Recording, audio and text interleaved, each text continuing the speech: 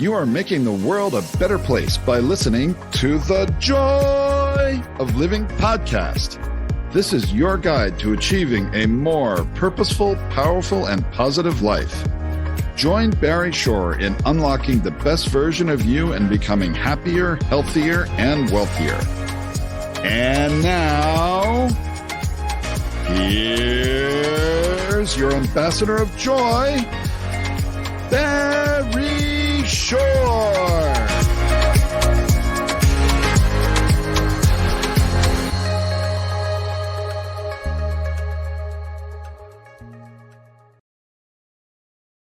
Good day, beautiful, bountiful, beloved, immortal beings, and good. That's very funny. And good-looking people. Now remember, you're good-looking. You're always looking for and finding the good. You found good in abundance because you have consciously and conscientiously tuned into the Joy of Living podcast with your humble host, Barry Shore, and with an amazing guest today with a great deal of positive, purposeful, powerful, pleasant information that is world transforming. Did you hear that? It's going to transform the way you think about things, and it's going to help transform the world because the world needs what we're about to learn today with our great guest, John Kutsch. Before we bring on John, I just want to urge everybody to understand you tuned in for one reason and one reason only. And it's a great reason. It's the best reason in the whole world because you care the most in the entire world about you. Y-O-U. And that's great, by the way, because when you become the best you make the world a better place. You build more bridges of harmony, create more joy, happiness, peace, and love in the world. And what's right now, you are being joined by 381,722 people around the world. And you're all tuned in for one reason only, because you know that we discuss the three fundamentals of life on this podcast. And when you use these three fundamentals of life, you will be happier, healthier, and wealthier. Who doesn't want that? Now, the three fundamentals of life, of course, are number one, life. Your life has purpose. And when you lead a purpose-driven life, number two happens. In this case, a good number two, you go MAD. Now, MAD is a wonderful acronym that stands for make a difference. You lead a purpose-driven life, you make a difference in the world. And the third is to uncover the power and the secrets of everyday words and terms. Simple example. Ask anybody. Right now, this show is carried around the world on the internet. Ask anybody, what does www stand for? Invariably, people tell you it has to do with the internet. Now, factually speaking, they're correct. However, in our world, the world of the positive, purposeful, powerful, and pleasant, www stands for what a wonderful world. And what is a word, right? W-H-E-T-A. And of course, a tip of the hat and a big thank you to Louis Armstrong, Satchmo, for enabling that song to go viral and not touch just tens of millions or hundreds of millions, but billions of people on the planet. So what do you do when you hear the opening bars of what a wonderful world? Right away, you smile, right? You can't help it. And smile is one of the most important words you could ever internalize, utilize, and leverage in your life because smile stands for seeing miracles in life every day. Seeing miracles in life every day. Now, I got to tell you, I speak a lot in public, and I obviously on the internet to hundreds of thousands of people. Recently, I spoke in public. We had 1,127 people in the audience. I'm telling you the story about Barry Shore and seeing miracles in life every day. And some people raise their hands and say, hey, Barry Shore, I've been up for hours. I haven't seen any miracles. And I asked them, are you here? Can you hear? Can you stand still? I can't do that. Can you walk? I can barely do that. You have water to drink. You have food to eat, a place to sleep. You have family. You have friends. Every single one of those is a miracle. Now, what's the simplest proof? What's the simplest proof of being able to see miracles in life every day? Guess what? 1 million people didn't get out of bed this morning. You know why? They died. By definition, if you're watching or listening, you didn't. Therefore, you have an obligation to learn to live life to the full. That's what we'll be talking about with John today. We're talking about energy, great energy in the world. So let me tell you a quick story. It's about me. Imagine if you can, I'm standing up in the morning, completely healthy and hearty, able to leap tall buildings in a single bound. And that night, I'm in the hospital, totally, completely paralyzed from the neck down. And it was not from an automobile accident, not a spinal injury. It was a rare disease, which I never heard of the day before, takes over my body and renders me what's called a quadriplegic. Nothing about body moved, my neck down. I can only communicate by blinking my eyes. I was 144 days in the hospital, 2 years in a hospital bed in my own home. I couldn't move. 4 years in a wheelchair. I had braces on both my legs, from my hips to my ankles. That was progress.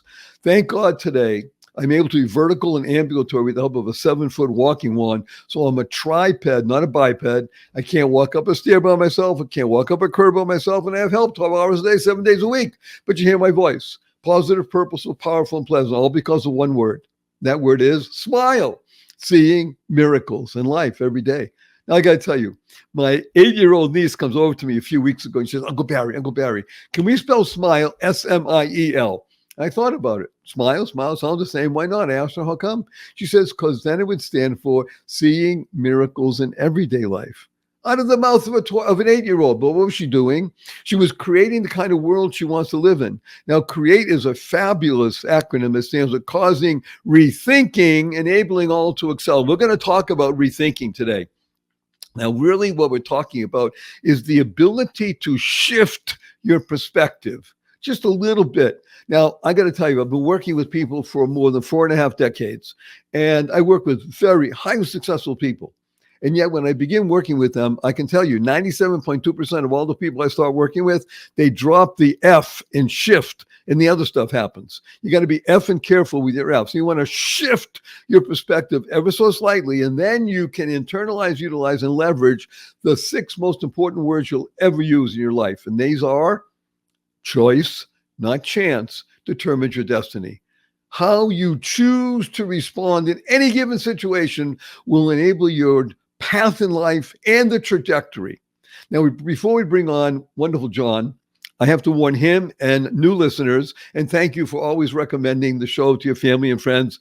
By the time John comes on, we might have almost 400,000 listeners, and we want to get to 500,000 by the middle of the summer. And so just keep recommending to your family and friends and share this with 5 people. That's all, just 5. You want to do 50 or 100, it's up to you, but at least 5. That way we can touch millions of people around the planet and get a listening audience of at least 500,000 every week. Make a real big shift in the energy of the planet. So again, I'm going to tell everybody, warn you in advance, I use a lot of 4-letter words. I even use the 4-letter FU word, and I do it because of the shock value, and it's fun. Now, the 4-letter words that we use, because we live in the world of the positive, purposeful, powerful, and pleasant, are love, life, hope, free, gift, play, pray, swim. And the 4-letter FU word is fun. Fun, yes. F-U, capital N, capital N. So after the show, you see a family and friends, you have a twinkle in your eye, a smile on your face, remember that stands for, point your finger and tell everybody, F-U, capital N, capital N. Say, where'd you get that? I said, well, you got their attention. Say, I'm listening to Barry Shore on the Joy of Living podcast. He had on this great guy, and then you can tell them all the amazing things that we learned today, and they are amazing. It's going to really expand your consciousness. Now, before we bring on John, I'm going to urge everybody to use the 2 most powerful words in the English language 3 times a day from now and the rest of your life. That's it. These 2 words are thank you, thank you, thank you. Thank stands for to harmonize and nurture kindness. To harmonize and nurture kindness. Everybody you meet is fighting a battle you know nothing about. Therefore, be kind always. KIND is a great acronym that stands for keep inspiring noble deeds. I can't think of anybody right now that I want to share with you that inspires noble deeds more than wonderful John Kutsch. Say hello to 396,810 people around the world. Wow, that's some intro there, mister. I appreciate it. Thanks for having me. Well, it's a delight and a pleasure. I got to tell everybody, I reached out to John, and I'm so happy he accepted, because I am a devout fan of finding great alternatives to whatever we use for energy. You know, there were times on our planet we used wood. Dumb! There were times on our planet where we burned fossil fuels. Okay, we'll find out that was at the time okay, and now it's dumb. Electricity is great, but you have to make it somehow. And so, in my humble opinion, I've been studying this for years, the most efficient, the most wonderful, the least polluting way of doing things is what's called nuclear energy or hydrogen energy. And yet when you use the N word, The N word, people get scared because it's Yeah. unclear. Unclear and nuclear have the same letters, right, John? So I invited John because John is the head of something called TEA, and it has to do with a fun word, and the word is thorium. So I'm going to stop talking so John can tell us about thorium. It sounds like a comic book hero, right? You know, but it's real. It's a mineral that was it's on the chart. It's, I think the atomic weight, I looked it up, is 90. It was discovered in 1828, so it's been around for a while. I mean, it's been around obviously since the beginning of time, but we've known about it for over 100 years, or almost 100 years.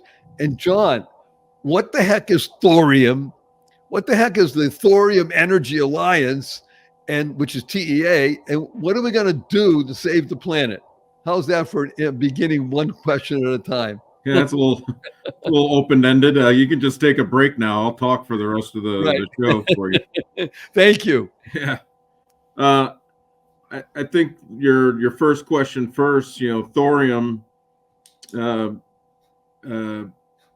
I should say that a little preamble there is that how I got into this was I had a client. I run an engineering business also, right? So we consult, we help people come up with new ideas for products and to make stuff better. A lot of medical stuff, a lot of energy. We work for the National Renewable Energy Lab, and so this guy was asking about thorium, and he was basically running through the periodic table, and so we're like, "Are you just naming out metals?" And he's like, "Yes." And I said, "Well, we'll look into it. We'll see. We'll see if thorium can help you out." And we didn't know. And when I read about it, just like you did, one of the first, it sounds weird, but it's one of the first elements to be isolated for a new thing called the periodic table. Just fascinating. And the amount of applications it had, including what one of the things we're supposed to talk about, nuclear fuel.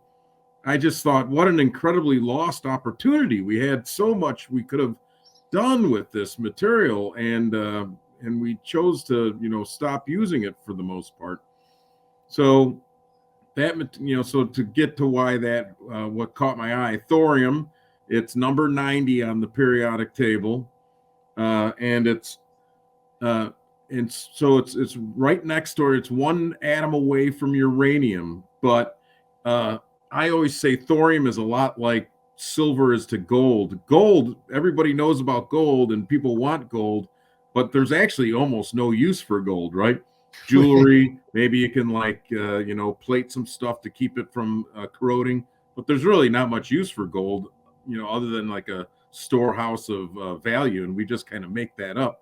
So uranium also doesn't really have many uses. You could use it for fuel, you can use it for weapons, a few other things, but that's about it. Whereas thorium, like silver, has thousands of applications that we know about already, and we barely have scratched the surface of what you can do with thorium. So silver is the same thing. Silver's got thousands of applications, and yet it's valued less than gold. So when I saw that you could use thorium for things like super alloys, ultra high temperature ceramics, the clearest lenses in the world, super high efficiency lighting, superconductors, and of course a nuclear fuel, but a safe nuclear fuel, because going back to, it's a number 90 in the periodic table. It's a big fat atom, right? And it's quivering like jello, but it's fertile. It's not fissile, meaning if you put uranium near other uranium, they can fission and split into different products, where thorium cannot. So it's fertile, meaning it's a big fat quivering atom, but it needs an outside neutron source. So let's unpack something for a moment, if I may, Sure. because you're using wonderful words that are fun. So fertile means, again, for a layperson, let's take it like a man and a woman. So you have two young people. Yeah, that's a good and point. they're fertile. In Yep. other words, you can impregnate the thorium atom with something, and it becomes even more useful. But Yeah. you also use another word, fissile. Now, I've been looking it up and reading, so I have some sense of it. But we're going to spell it out, Fissile, fissile. Yep. What the heck does fissile mean? So fissile just means that it could essentially it's big enough that it can split in two on its own. All right. It doesn't need a mate. And that's what makes thorium safe, is it's fertile. So it's sort of available to do things, but it can't do it on its own. It needs an outside force. So you can store lots of thorium in a warehouse. You don't have to worry about it getting hot and weird. And it's what's known as an alpha emitter, which means, just to keep it very, straightforward, it's alpha is a sort of energy that can be, safely handled. It doesn't require lots of shielding. You don't have to keep this thorium behind 3-foot thick metal concrete walls. By the way, just to be clear, with uranium, you do. With enriched uranium, you do. Natural uranium is very safe to handle. So if you were walking through Moab in Utah and you picked up a rock of uranium, which you can do, it's fine, because it's 99.7% just decayed uranium, or so it's only 0.3. Most uranium in the world, sometimes you find more richer stuff, but almost no uranium is usable for fuel. So only 1/3 of 1%, right? So it's vanishingly small, which is another advantage for thorium, right? Thorium is usable as is. So when you pick thorium out of the ground, or you get it from rare earth production, which we'll talk about later, you can use it in whatever application you want, especially fuel. But uranium has to be enriched, which is a very involved process, requires a huge amount of energy, and you do have some extraneous waste issues that you have to deal with. So right. So we've been super well served by uranium. Don't get me wrong, but I just think thorium is an opportunity we missed, and there's a ton let's unpack a few things. So, is it because uranium had uses, especially in the 1930s and 40s, when we were trying to produce weapons, nuclear weapons, that uranium was the chemical of choice rather than thorium, because uranium had the ability to be weaponized, as it were, thorium not? Is that the main reason why we went to uranium? I think it's pretty hard to argue that the reason we started out with uranium was because we understood that it could fission by itself, and then further on from that, if you took uranium and you did a procedure to it, you could actually get uranium to turn into plutonium. And then, of course, last summer's big hit, Oppenheimer, you can see in that movie, they are, frantically trying to, make uranium into plutonium so that they could, because you only need a little tiny bit of plutonium to make a weapon, whereas you need a great deal of uranium to make a weapon. So by the way, is that the same situation where an arch enemy like Iran is at the moment? They really need plutonium more than uranium?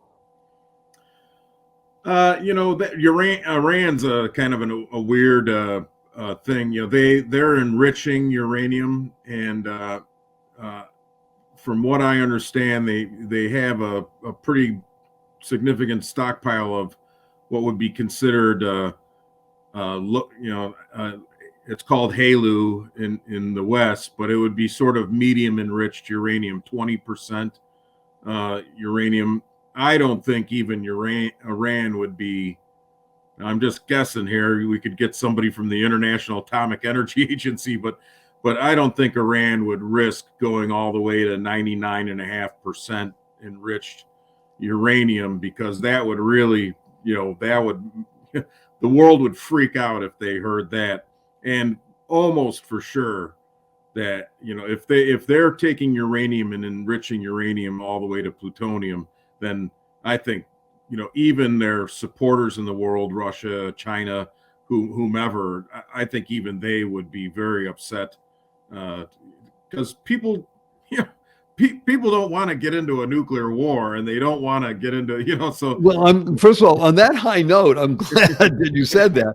We're gonna go to commercial break because we have sponsors that love the show, and Great. we wouldn't urge you to think about their products and services if we didn't think they were worthy. We vet them. So we'll be right back with more amazing John talking about thorium and all kinds of other stuff right after this brief message. Don't go away. What if you could shop at your favorite local stores, swipe your current credit card and get extra cashback rewards? And what if you could also have donations sent to your favorite cause at no extra cost to you? What if this amazing program was absolutely free and very simple to set up? Well, What If is here. Welcome to Einstein Cares, where your everyday shopping gives you and your favorite cause extra money.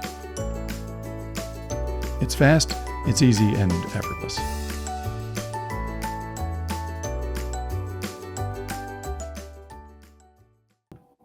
Good day, beautiful, bountiful, beloved, immortal beings, and good-looking people. If you're good-looking, so always looking for and finding the good. We found good in abundance. Our cup runneth over with good. His name is John Kutsch, and John is the head of something called the TEA, Thorium Energy Alliance, and we're discussing thorium, Thorium. Now, I urge everybody, you don't have to write down any notes. Just go to my website, barryshore.com, BARRYSHORE, barryshore.com. Everything about John and the Thorium Energy Alliance and what he's doing, what it is, because this is wondrous stuff. Everything you're hearing today is the future. And the future actually is now. It's just unfolding in front of us. And John is the tip of the spear, because we're going to be discussing how we can use thorium in everyday situations. I'm going to ask him about using it in automobiles and what we can do, et cetera, and making hydrogen. So we left our intrepid heroes, John, on the brink of nuclear war. So we're going to pull them back from the brink. And let's talk about a couple of other things. I'm going to just, you mentioned about being fertile and about fissile. And I looked up something that I thought was really fascinating, because thankfully we in the United States, we're blessed with this wondrous country with probably more minerals than we even think we know of. And we have a great supply available to us of thorium that obviously you need to mine it. It costs time and money. Once the pipeline is there, excuse the pun, to find the actual greater uses for it, then obviously mining will become much more efficient and cost effective. And I also looked up and I found out, where's the world's largest reserves of thorium? And it turns out it's in India, which to me is really fascinating. I'll tell you why. I think that the greatest counterweight to China, which at the moment is a malign influence in the world, they don't want to do nice things. They don't like playing, and they want their own sandbox called them. I think India is a great counterweight to China. And if India could find a way to begin to use their extensive use of deposits of thorium and build these clean nuclear and hydrogen-powered reactors, and therefore have efficient and cheap energy, that could shift a lot of balance of power in the world. What do you think about that? Yeah, India is a great hope. They have the BARC, which is their research center, and they are actively developing thorium reactors. So hopefully India can, thwart their tendency to be a little bit bureaucratic and get they need to pull 1 billion people out of poverty, just like China needs to pull 1 billion people out of poverty. So China's been doing a good job developing a thorium molten salt reactor, the LF1. India needs to, like you said, it would be great to see a productive competition between those two big powers. It'd be great to see the United States match that effort, since we were the first ones in the world to really do significant work with this material. And so, like, on a real positive note to what you're talking about, so thorium, no one in their right mind would ever go mining thorium, right? But what we do need in this world is rare earths. So, this phone, the starter in your car, all the satellites, the batteries in your electric car, the windmills and solar cells, they all need rare earths. And right now we're 100% reliant on heavy rare earths from China. Now, we here at Thorium Energy Alliance have been working to try and restart rare earth processing in the United States. But guess what? You get thorium because it's called a companion element. So these are phosphate minerals, and you can, like you said, look that up, go on your website, or just, look up phosphate minerals. And there's minerals like apatite and basicite and xenotime and monazite. And when you do that, and you'll probably like this, Barry, I always say, I'm not a super religious guy, but it is interesting that what do we mine phosphate minerals for now? For fertilizer. So somebody put all the things we need for society in one rock. The phosphate minerals have fertilizer. They have all the critical metals and minerals we need for advanced computers and electronics. And they have the energy in thorium to run society for 10,000 years. So somebody took these phosphate minerals and put these three things that we're desperate for: fertilizer for food, critical materials so that we can walk lightly on the earth, and thorium so that we have abundant energy for prosperity for 10,000 years. That's a pretty good deal. Excuse me, you do sound like a prophet of joy. This is so wonderful what you just said. Yeah, I mean, I'm thinking about this, and you're right. That's a very religious viewpoint, in the sense that it almost sounds, John, too good to be true. So let's ask the simple question: why is this not being pursued? Is it because we are, the nature of the human condition, and the United States is the leader in the world, we're so ingrained in our production of, right now, fossil fuels and the distribution of petrol and such? It's efficient, it's good, it's worked for 100 years. What is it about thorium that could be used, let's say, in small nuclear reactors? In other words, I love the idea of small nuclear reactor. Sure. Because they work, they're proven to work. I mean, you can build one, I think they say, in less than 18 months, and it will power a large number of things. You can get permits and such, and it's clean energy. So what is this about nuclear and hydrogen together? How do they work in tandem? So basically, that question's pretty straightforward. If we want hydrogen, where we get hydrogen today is we crack natural gas. It's called steam methane reformation. So 99% of all hydrogen is from natural gas, and it's a pretty dirty process. But if we want to get hydrogen from water, and we're not going to use fresh water, right? Animals and humans are desperate for fresh water as it is. And if we want to replace billions of liters of jet fuel and fuel for cars and trucks and boats with hydrogen, then you're going to need tens of billions of liters of water. People need to understand that. That's a big thing we have to come up with. So we have oceans, but the oceans are very salty. So that's why you cannot make a hydrogen economy based on solar and wind. There just isn't. It is too intermittent. It is not deliverable when you need it. It's not dispatchable. It's not there when you need it, and it's not there in the quantities you need to make an impact.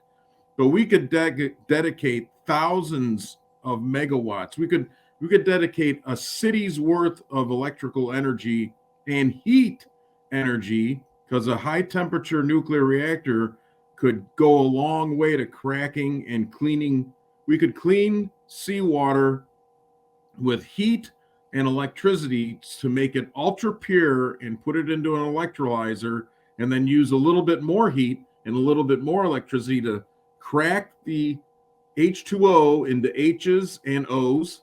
And now we're able to do things like synthetic liquid fuels for airplanes and boats and cars. We can make ammonia so that we can have fertilizer to feed the world, and even maybe run boats and some machinery using ammonia. We can take the hydrogen and replace all the methane hydrogen with man-made electrolyzed hydrogen to refine oil, because we're not going to stop using oil. But what people don't get is a huge amount of the oil that we pump out of the ground is burnt processing oil into oil products like gasoline. So what if instead of burning 20, 30, 40% of our oil to make oil, what if we just took nuclear power to make that hydrogen and that heat needed?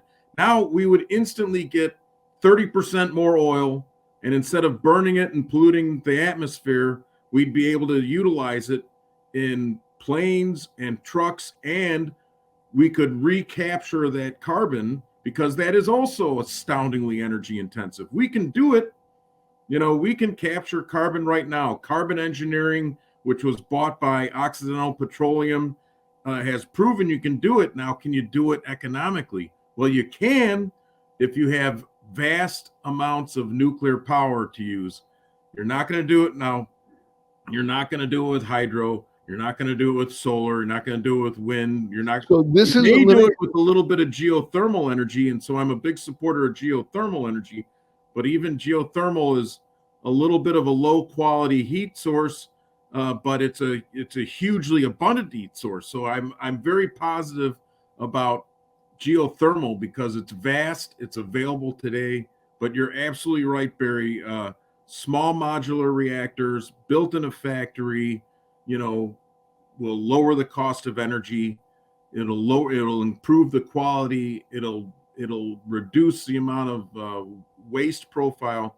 And we haven't even gotten to some of the other things you can do with. And I'm going to unpack a couple of things and ask you, what you're describing is not pie in the sky. This is real. This is proven. This is not just on a spreadsheet or a computer model. Yeah, this can actually, you can have somebody like Warren Buffett and say, Warren Buffett, let me take you over here, kick the tires, and look at what we have here. Everything I'm showing you is proven, provable, and beneficial. All we need is for Warren Buffett to say, I support this. He doesn't even have to put $1 in. If you can get Warren Buffett to say, I approve of this, and therefore people will be attracted to it, because what you're discussing is not something in 10 years or 20 years or popular science out in half a century. It is right now. Am I correct? That is what absolutely. Every single thing I talked about is a catalog item. So the ability to make liquid fuels from hydrogen and syngas is Fischer-Tropsch, which has been around for over a century. The molten salt reactor, the MSR, was proven with thousands of hours of operation back in the 60s.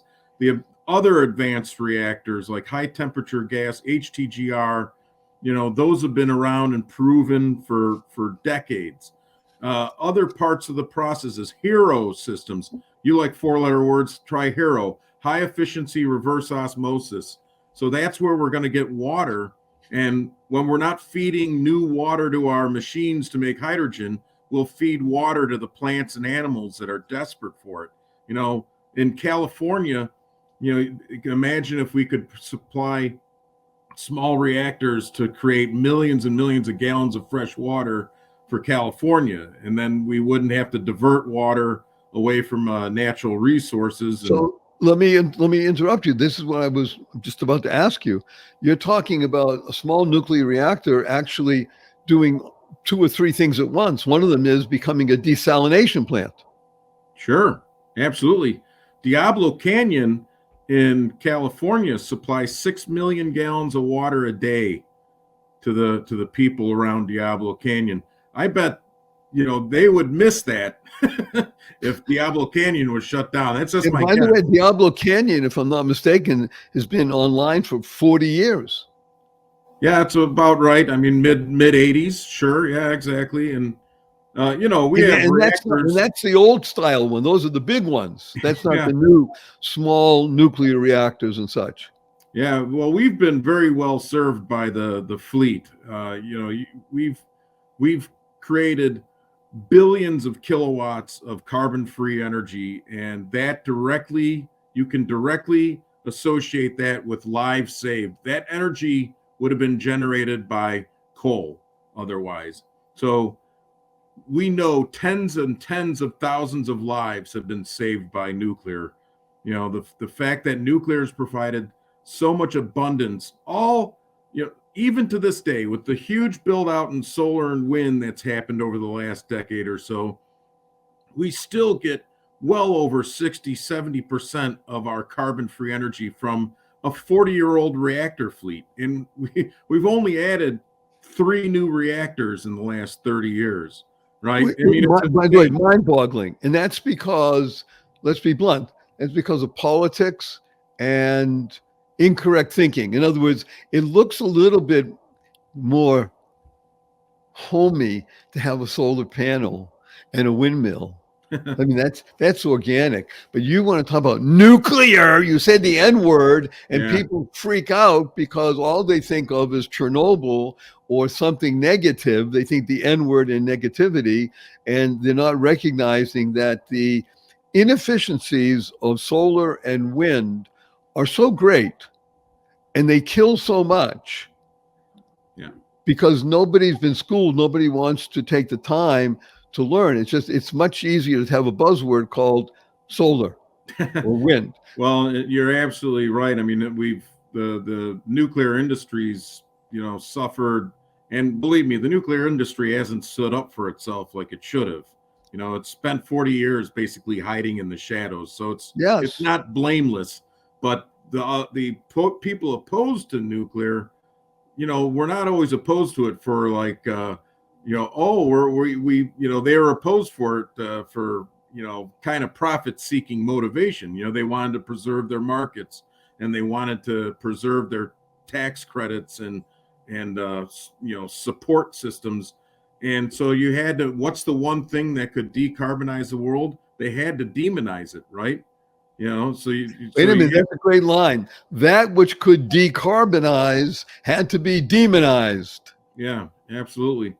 So I think it's finally the starting to turn. I always say, eventually, if something's true, it's pretty, the truth has a well-known bias and it always comes out in the end. You can only lie about something for so long till eventually people are going to be like, they've been lying to me, or at least, not telling me the whole truth or, coloring something wrong. And, I just want to let people know that, fine, let's rewind the conversation. If you didn't want to do a thing with thorium, you like the rare earths and you like the phosphates, and you're just like, throw the thorium away. It's like, fine, I'll put it in a bank. I'll put it in a thorium strategic reserve for some future generation to use, because I know they're coming, right? And the greatest nuclear medicine in the world, actinium and bismuth, actinium-215, it has had the highest success rate in curing cancers. We've denied ourselves access to this for 30 years, because we don't want to do a process called milking thorium, and so nuclear medicine. Now that's a vanishingly small amount of thorium that you would need to make that, but we have every Gemini spacecraft and fighter aircraft built from the 50s to the 90s used big amounts of thorium, thoriated metals, magthor, thorchrome, alumathor, and we've denied ourselves the use of this material. It's a miracle material. The highest temperature ceramics, which are super important for things like refining silicone into silica for computer chips and if you like them, solar cells. But we've denied our ability to use thorium, which is the highest temperature ceramic on Earth. Because why? Because we've had this fear mongering around a mild alpha emitter called thorium, and because we can detect it with our super sensitive instruments, we've been told to be afraid of it. And I always tell people radiation is like fire. All right. Think of it as like a campfire. Now I can stand way across a field and I can see that campfire way away. Now that means I've detected it, but it doesn't mean I'm being hurt by it at all. Now I can walk up to where the fire is and I can get benefit from it. I can be warmed on a cold night. I could cook my dinner with it. So now I'm getting benefit from it. But if I go and walk into the fire and stand in it, I'm going to die, right? So that's called exposure. Wait a minute. On that wonderful analogy, we're going to go to have another commercial break. John is so great at giving us insights into how we can decarbonize without demonizing the planet. We'll be right back after this brief message. Don't go away. Good day, everybody. I have some great, wonderful news for you. Everybody knows that fasting is healthy. Fasting? Healthy? That's right. However, it can be challenging. Not with Prolon. Prolon. Prolon is fasting with food. That's right. Fasting and you get to eat food. It all starts with Prolon's 5-day program. You get snacks, soups, beverages, and it's all designed to activate your body's fasting state. It's like anything you've ever experienced. I must tell you, if I was going to start a nutrition program, Prolon is exactly what I would use. It's convenient. It's backed by Nobel-winning science, and it works. So right now, Prolon is offering the Joy of Living listeners 10% off their 5-day nutrition program. I urge everybody, go to prolonlife.com/Barry. That's PROLON life.com/Barry for this special offer. 10% off for listeners to the Joy of Living, because you like to live well, and using Prolon will help you live life well. So please go to prolonlife.com, PROLON life.com/Barry for the special offer. Do it now. You will thank me. I love it when you're healthy and happy and making a difference in the world. Best wishes. Bye now. Good day, beautiful, bountiful, beloved, immortal beings, and good-looking people. Maybe you're good-looking, you're always looking for and finding the good. We found good in abundance. I mean, unlimited amounts of great energy from John Kutsch, the Thorium Energy Alliance. Everything you want to know about John, what we're talking about today, just go to my website. You get the show notes, barryshore.com. Remember, share this with 5 people. You want to do 50 or 100, it's up to you, because you really do want to. I know you do, but at least 5. And keep inviting your family and friends, so we'll have, by the summer of 2024, maybe 500,000 people listening every week, so we can touch millions of people when you share with 5 people. This is valuable to you and your future. This will happen within the next decade or so. Something is going to turn that people are going to recognize. Let's talk about the one item that I think will actually maybe change everybody's opinion and get a clear sense of the abundance and the security and the prosperity that we're talking about here.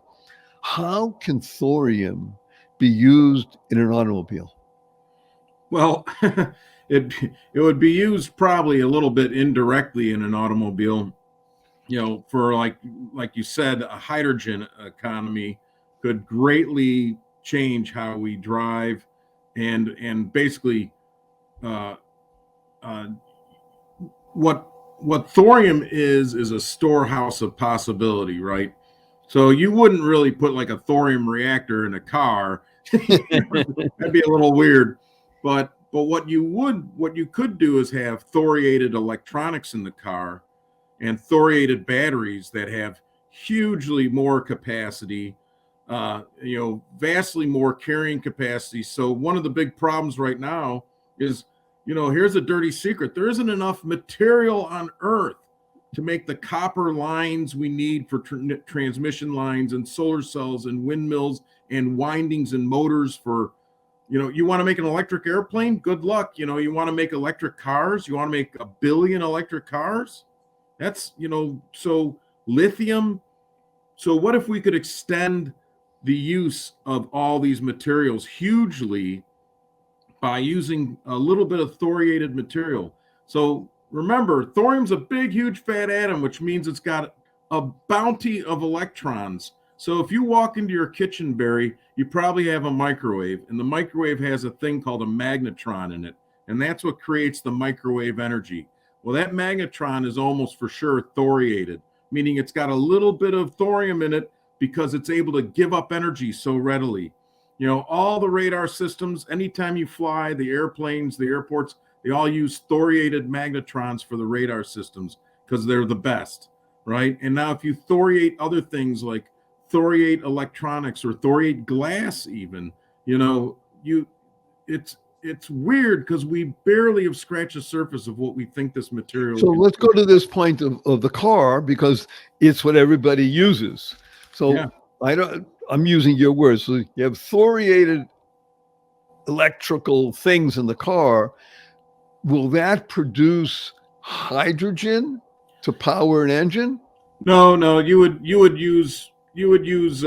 create hydrogen at some local facility, and then that hydrogen, a little side note, no one's going to be, Toyota Mirai aside, no one's really going to be driving hydrogen cars, if you ask me.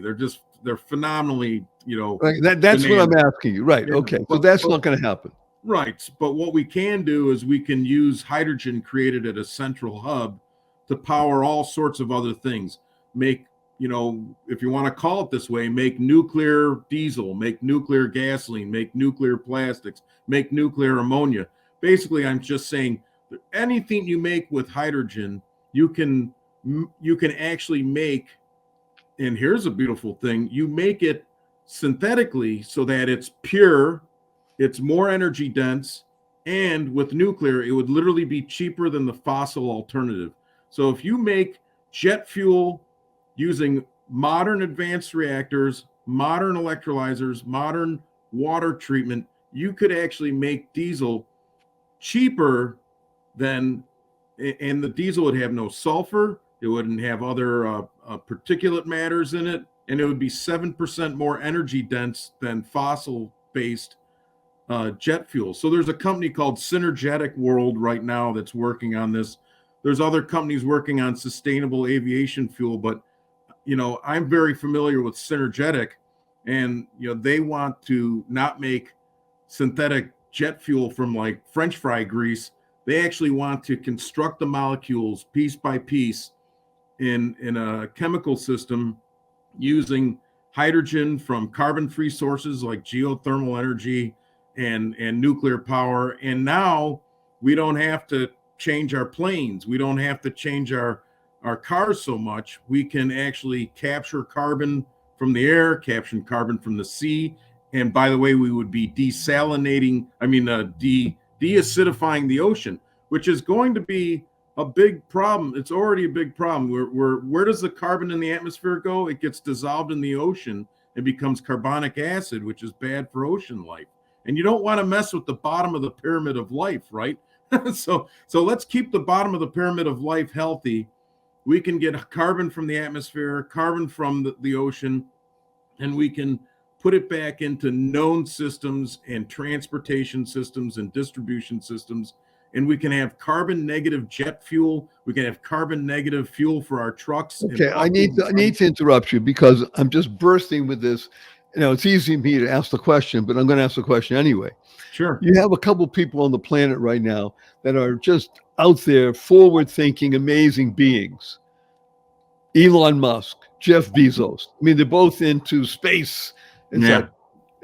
This seems to fit right in with their visions of the world.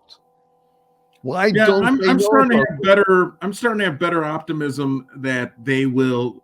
We were told by several it's one of these things where you got to kind of walk on, rice paper a little bit. But there are some of the folks, maybe some that you mentioned, maybe some other ones that run search firms and things like that. And they basically said, oh, we believe in it. Absolutely. There's no future without it. But for right now, we feel it would reflect badly on the public's not ready. It'd be bad PR. But I think it's starting to change. Like just today, or maybe yesterday, but just in the last 48 hours, Palmer Luckey, who sold his company to Meta, Facebook, the goggles for doing alternate reality and stuff like that. The Palmer Luckey has a high tech company now, and he just released a statement saying if he could wave a magic wand, he would have 1,000 nuclear reactors for the United States, so we could switch over. And the thing is, I always want to get to these people, the Occidental Petroleum, Exxon, BP, Shell. Nobody wants to, kill your golden calf. If you guys no one would benefit more from a nuclear future than Exxon and BP. Right. And Shell. They could continue to be energy suppliers to the world. They would just be providing synthetic fuels. Wait a minute, let's be very blunt here. It's like Western Union.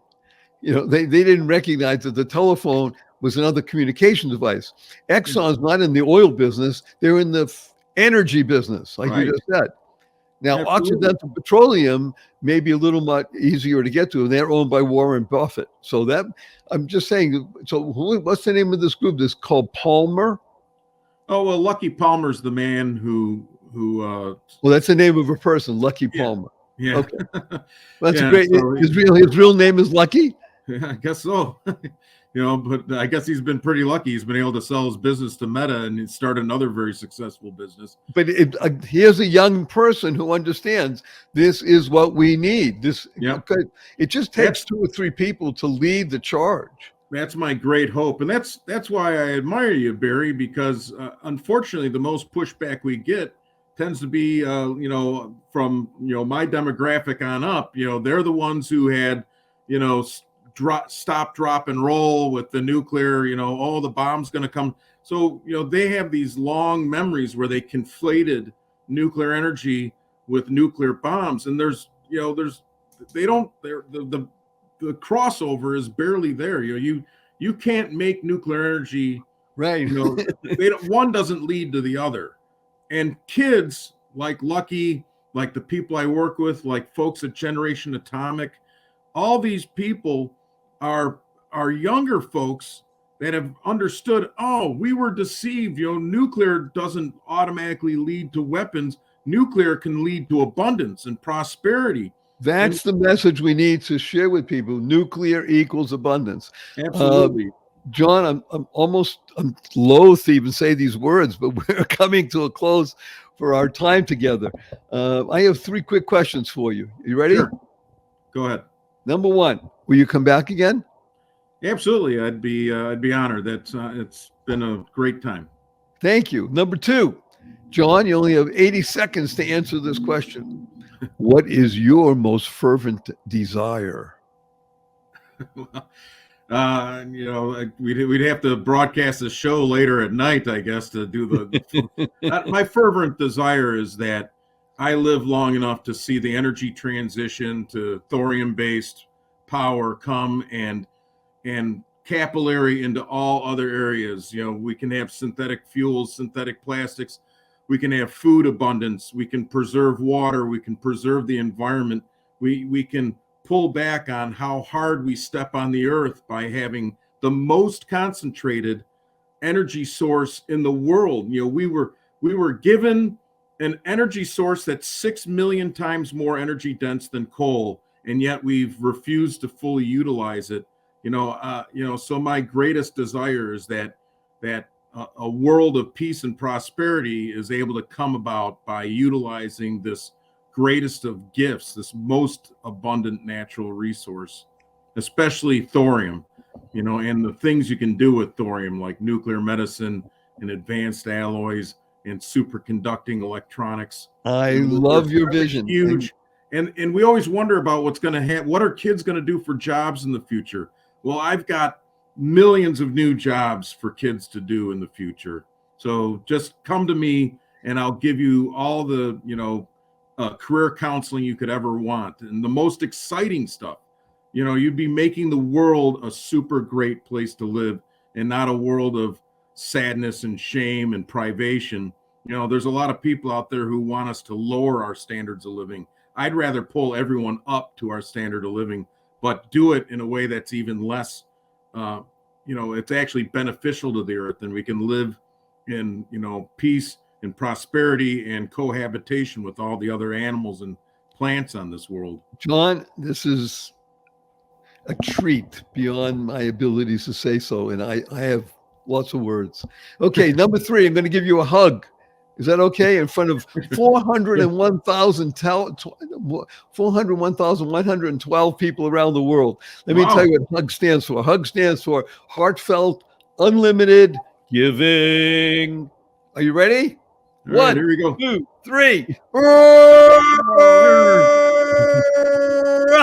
I'm feeling it from here, man. Thank you. And from John and Barry, remember, this is the Joy of Living podcast, and this has been an amazing journey. Remember, joy stands for journey of you. This show is all about you. It's not about John, great guy that he is, Barry, fabulous fellow. It's about you, you becoming the best you possible. So when you see your family and friends later, and you want to point your finger and tell everybody to F you, capital N, you got their attention. You say, what did you learn? Go, hello. We got the world. It's abundance. It's wonderful. We got prosperity. So you want to work on the 3 fundamentals of life. Number 1, life has purpose. Number 2, you want to go mad, make a difference in the world by living life with purpose. Number 3, utilize the power and the secrets, everyday words and terms, and you'll be happier, healthier, and wealthier. WWW, what a wonderful world. And it is when you listen to what John has to say. And smile, seeing miracles in life every day. As my 8-year-old niece says, seeing miracles in everyday life. Remember to create the kind of world you want to live in, causing rethinking. Listen to John, rethinking, enabling all to excel. You want to shift your perspective just a little bit. Keep that F in place so the other stuff happens. Shift your perspective, and you will internalize, utilize, and leverage the 6 most important words you'll ever learn, which are choice, not chance, determines your destiny. How you choose to respond to any given situation determine your pathway and the trajectory of your life. Use 4-letter words. Remember, the 4-letter words we use could live in the world of positive, purposeful, powerful, and pleasant are love, life, hope, free, give, play, pray, swim, and tell the world to F you, capital N, capital N. And remember, use the 2 most powerful words in the English language 3 times a day from now and the rest of your life. They are thank you, thank you, thank you. Thanks stands for to harmonize and nurture kindness, and a blessing from John and Barry. Go forth, live exuberantly, spread the seeds of joy, happiness, peace, and love. Go mad, go make a difference. John, don't go away.